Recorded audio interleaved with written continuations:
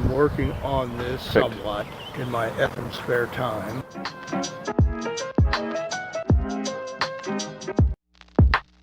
We just left a property that we're trying to buy, and I remembered that there was a house over here that had a foreclosure sale here in a few weeks. So we're gonna go check it out before we go back to the office and see if I can talk to the seller a little bit.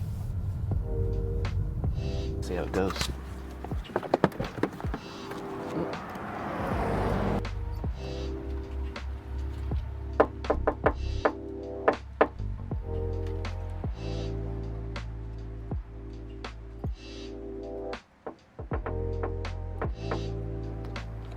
So when you go to these houses, you always want to leave something behind. The tendency is just to kind of knock the door and leave, but if you're doing that, you're kind of wasting your time if you're not talking to anyone. So I always leave either a business card or a door hanger, a little sticky note with an encouraging note, just something that gives them the opportunity to reach back out. If you don't do that, it's kind of a wasted trip.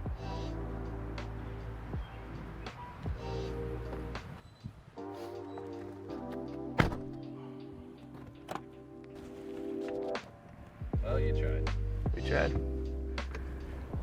Something you have to know about door knocking is don't underestimate how many touches it takes.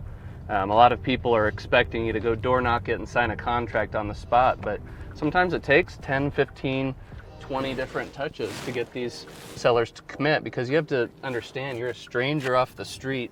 How are they going to trust you? So you have to develop that rapport, have a relationship, really provide them some value up front. And over time, you have that relationship to where they're comfortable to move forward. Are there any other houses we want to knock on? Knock on them all. We could. The first day I went out with my acquisition guy, he just goes, and I'm just like, that is so jarring. There's no way that people want to answer that. So, gotta do something a little bit more inviting. Have a nice knock. Step one. But seriously, on these, you may only have 1 or 2 real opportunities to get these houses under contract or to connect with the seller. So if you come across the wrong way, even in the smallest thing, it can really make a difference on whether you get the deal or not. So a lot of small things add up to a big thing. I'm gonna go door knock a dude named Dale. I'd actually had several conversations with him the last time his house was up for foreclosure. And last time he had filed bankruptcy, so it stopped the foreclosure sale, but it has rolled back around again. He has a foreclosure sale at the end of the month here, so might go drop by and see how he's doing. Go see Dale. Michael, what was the taco place you said that's indefinitely coming out? The Tacoholics Club. You been to Taco El Marcadito? I think that's how you say it. I have not been to Taco El Marcadito. Dale's here? Which house is it that we're going to? Oh, we have to guess? Yeah. The one with all the grass. The one with all the grass. Dawson's got it down. Woo! Clearly sign of distress. And he's sitting on the front porch. Let's go! Hey, old Dale. Dale's like, oh man, I'm not ready for this guy again.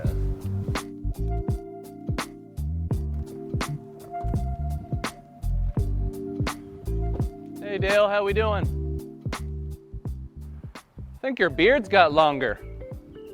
That thing looks slick. Good to see you. How you doing? All right. I just wanted to drop by. Saw that the sale got rescheduled for the 31st of this month. I just wanted to be able to touch base. I know filing bankruptcy is not going to be an option this next time, so the options this time would be to, reinstate it, the money you're behind, do a loan modification. You could sell the house for cash to anyone that you wanted, or I could reinstate the loan and keep you guys here as a family. So those are kind of the options. I'll maybe call you next week. Okay. But I am working on this Perfect. somewhat Perfect. in my effing spare time. Right. Well, I'll touch base with you next week then, okay? That's fine. Yeah, it's no fun. No, it's not. But I'm here to help you whenever you need it, okay, Dale? All right, later. So, had a good conversation with this gentleman. We've met several times. You have to understand that these situations, they tend to take, weeks or months to really develop. And right now his wife has dementia. She's gone into assisted living, and that's the challenge, is they wanted to stay at this house long term, but he doesn't know if that's a possibility anymore. So I was trying to give him a contact that I have that places people into assisted living, but he wasn't open to that. But you just got to keep in contact with these people, and your goal in that type of conversation isn't necessarily to sign a contract, it's to get a micro commitment. So I committed with him to speak again about it next week, so we'll talk with him again and see where he is with it at that time.